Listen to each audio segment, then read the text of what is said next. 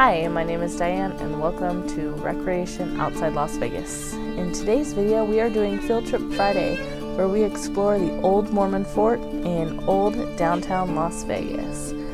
If you're not a subscriber, please consider subscribing and hit that like button. Let's get started. Hello everyone and welcome to Field Trip Friday. Today I am at the Las Vegas Mormon Fort, which is off of Washington, across from the Cashman Center. It is in the heart of old Las Vegas. And today is going to be a fun Field Trip Friday because this is the first official episode. So I'm going to ask you questions and ask that you answer them in the comments. And then every week I'm going to pick a winner and mention them in the next video. So I hope you enjoy the episode.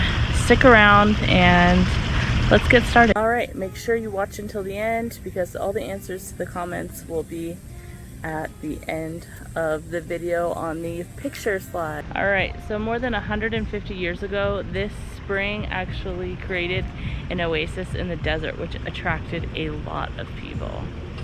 From immigrants to Spanish travelers to miners and other people, there's a lot of people that travel through this area and use this as a great stopping place. And now it's time for the first question. Which were the first Native American tribes to hang around in this area and use this as their own desert oasis? There's actually two tribes that use this area, so you can choose one answer or you can choose both down in the comments below. Was it the Mojave tribe? Was it the Paiutes, the Anasazi, Navajo, or Hopi tribe? Leave your answers in the comments below and I'm going to be interested in seeing what you guys choose. Now this site is not far off of the Spanish Trail, which brought travelers who were fighting in the Mexican-American War, and it also brought Mormon travelers who were traveling from Salt Lake to the coast of California in San Pedro. So this was a great stop for people because it had the water, and it eventually became a trading post and somewhere where the travelers could stay. President William Brinkhurst, along with the assistance of some local Paiute Native Americans, started to construct this fort out of adobe bricks in June. And here comes the second question. What year did they start the construction of this fort the first time? If you know the answer, leave it in the comment section below and I'm curious to see what you get. The fort also brought miners from nearby El Dorado Canyon. If you've ever heard of Nelson or Nelson's Landing, there is a mine there. So a lot of miners that were traveling through actually preferred to stay here and then make the travel into El Dorado, because even though this wasn't luxurious, it was certainly a lot better than it was in El Dorado.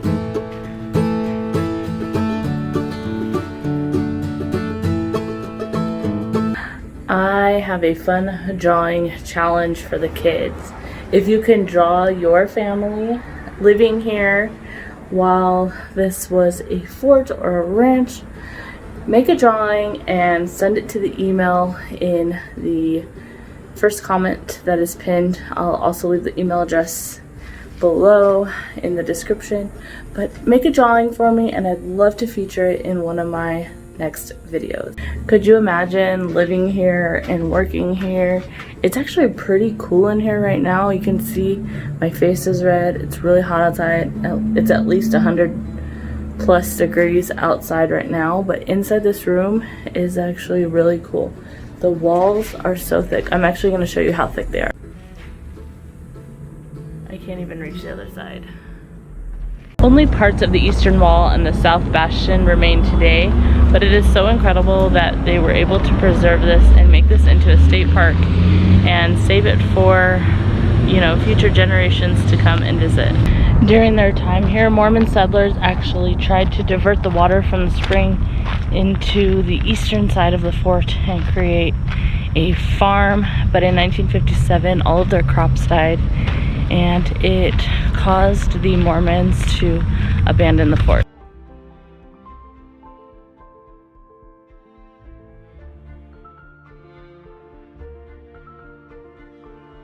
Although the Mormon settlement in Las Vegas proved to be unsuccessful here at the Mormon Fort, their legacy continued in the adobe buildings they constructed.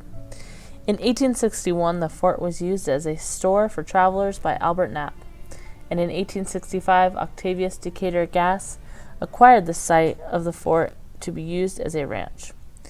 Gass became an important figure in the region, serving 4 annual terms in the Arizona Territorial Legislature. Alright, so Gass actually acquired this to use it as a ranch, but he also used it to sell supplies to men in the local areas. What are the 2 main areas where he sold supplies to? They are local to this area, but it's about an hour drive from here. So if you know one of the 2 areas, please leave it in the comment section below. Gass lost the ranch in 1881 after failing to repay a loan from a rancher named Archibald Stuart. Stuart moved his wife and his children from Pioche to Las Vegas in 1883, but shortly after that, in 1884, Stuart lost his life in a gun battle in the nearby Kyle Ranch. This left his wife Helen in charge of the property, but Helen was successful in keeping the ranch for nearly 2 decades until she sold the ranch, and she was still a part of the ranch even after she sold it.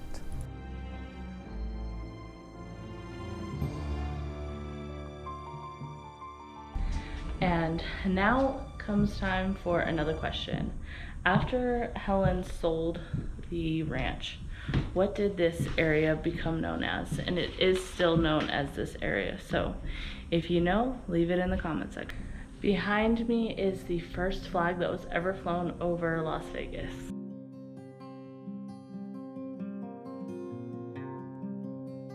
I've actually been here before, but my videos weren't that great 9 months ago, so I decided to come back and learn a little bit before I came here and actually take the time to construct an awesome video for you. Alright, do you guys know what year the Las Vegas Mormon Fort became a state park? If you do, leave it in the comments below. The question is actually pinned, and I will choose a winner in the next video, which will be at the Wetlands Park. So anyways, thank you so much for sitting down and watching this video. Thanks for participating in the questions, and I am so glad to have you here. So I will see you in the next video.